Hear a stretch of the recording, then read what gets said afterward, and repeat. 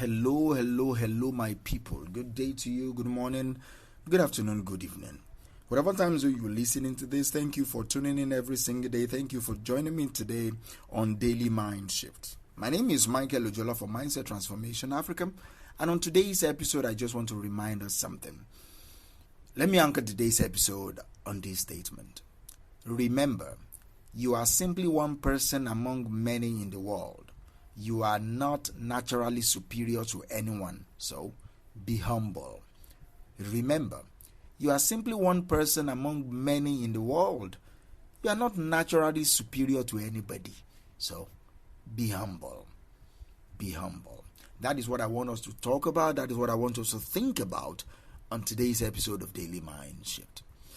How often do we get caught up in our egos, all right? We believe that somehow we are better than other people, that somehow we are more important than other people. See, this world is a very beautiful world and it's a very funny world. Life has a way to balance these things out. And it is more dangerous and more painful if life humbles you. So before that happens, be humble. In a world that often glorifies individual achievement and success, it's easy, all right? It's easy to lose sight of our interconnectedness with people. It's easy to lose sight of our shared humanity. But I believe humility reminds us that we are all equal as human beings. We might not be equal in our skill set, we might not be equal in our roles, but fundamentally as humans, we are equal. And because of that, we are deserving of respect and we are deserving of humility. So, what does it really mean to be humble? It's about recognizing your own limitations. You are not playing lip service to this. You recognize within yourself, you know how far you are. You know your limitations. You know your vulnerability. You recognize them. You recognize your limitations. You recognize your vulnerabilities. You recognize your imperfections. Humility is about approaching life with a sense of openness. You approach life with a sense of curiosity. You approach life with a sense of reverence for the experiences of other people. You approach life with a sense of reverence for the perspectives of others. Humility is not about downplaying your strength. No, that is false humility. When you're good at something, you're good at it. If you're a good speaker, you're a good speaker. If you're a good musician, you're a good musician. If you're a good sports person, you're a good sports person. You don't need to downplay your strength to be humble. Within your strength, you are not all that. You still lack some things. So that is what we are saying. When you recognize your limit, even within your strength, then you're practicing humility. So humility is not about downplaying your strength or your achievement, but it is about acknowledging that we are all part of something greater than ourselves. You are all part of something that is even greater than your billions that you have in your account. So today, let us explore some practical ways to cultivate humility in our daily lives. First and foremost, I will advise that you practice empathy. Practice empathy. Empathy is walking in other people's shoes, understanding where people are coming from. You need to practice that. And that happens when you practice active listening. You listen to people. Many of you are assuming that whenever you are listening to other people, you know what they are saying. No, what you are hearing is your own voice. You are hearing your own words in their voice in your head. You are not hearing what they are saying at all. You are trying to hear what you want to hear in what they are saying. And that is not active listening. That is just being a bait. That is just looking for something to use to defend yourself or looking for something to use to drive home your own point. So practicing active listening will help you to be humble. You don't even have an idea of what they want to say. You are listening to them. And when they said, okay, they finished. And one of the ways, let me just say this before I go further. One of the ways that you can practice active listening is asking people questions. When you say this, what do you mean? You don't just assume that you've heard them. This is what you said. When you said it, you said this. No. You might hear something and that is not what that person meant, and you took offense, then you are wrong. I'm not saying you did not hear what they said. You heard wrong. You interpreted it wrong. Active listening is not just hearing one time. It is you asking question. What do you mean? I heard you say this. Is that really what you said? If they said no, then ask them, what did you really say? I really want to understand you, because what I'm hearing is different and I'm getting peace right now. I really want to hear you. Do you understand me? That is you practicing active listening. So you take the time to truly listen to other people without interruption, without judgment. You listen.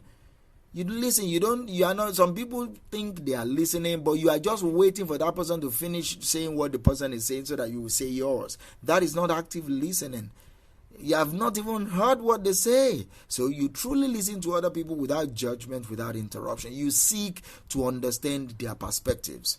You seek to understand their experiences. Even if they differ from your own, you still seek to understand why they differ. You need to remember, everyone has their own unique journey.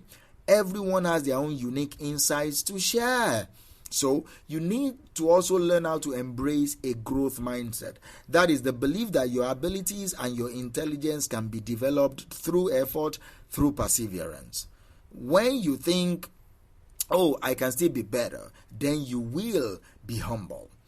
Adopting a growth mindset allows you to approach challenges with humility. It allows you to approach challenges with curiosity. You know that there is always room for learning. You know that there is always room for growth. So instead of seeking validation or praise from people, you focus on continuously improving yourself. You focus on self-development. Another key aspect of humility is practicing gratitude. You practice gratitude. You practice appreciation for the contribution of other people. You recognize that we are all interconnected. We are all interconnected, and one way or another, we are dependent on one another for support. We are dependent on one another for guidance. We are dependent on one another for companionship. So you express gratitude for the kindness you've received from people. You express gratitude for the generosity that you've received from other people. You express gratitude for the wisdom of those people around you. You express gratitude for them. You are willing to offer support in return. You are willing to offer assistance in return. So let us address also the misconception around humility, because many people think that humility is synonymous with weakness, or humility is synonymous with lack of confidence. No. In reality, humility is strength, a source of inner peace, a source of resilience, a source of authenticity. When you know who you are, you're humble. When you know who you are, not weak, you're humble. You don't lack confidence. You know your limit. You know your limit, and when you reach your limit, you ask for help. See, when we let go of the need to prove ourselves or the need to compete with other people, you always want them to see that you are succeeding. You always want them to see that you are doing well. You always want them. Come on. When you let go of the need to prove yourself to other people or the need to compete with others, you are able to free yourself from the burden of ego. You are able to create space for genuine connection with people.